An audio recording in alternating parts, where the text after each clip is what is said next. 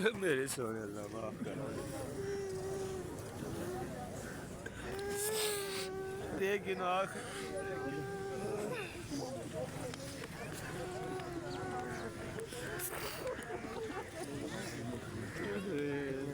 एक मिनट मुंह लेते अल्लाह माफ कर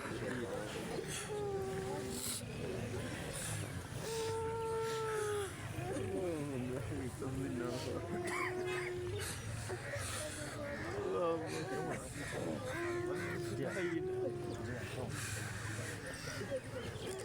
वाह भाई मस्त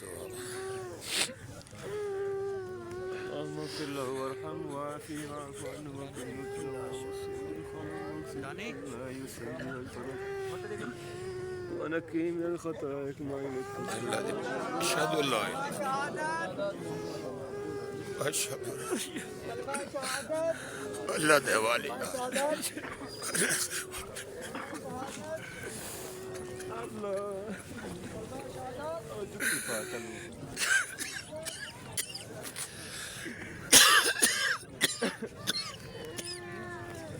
كتير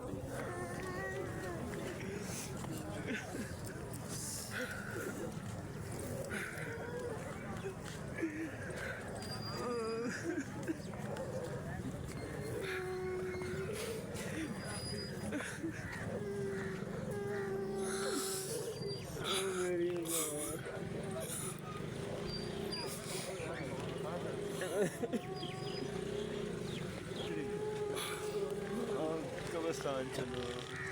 जो लोग लड़के आवे ने जो लोग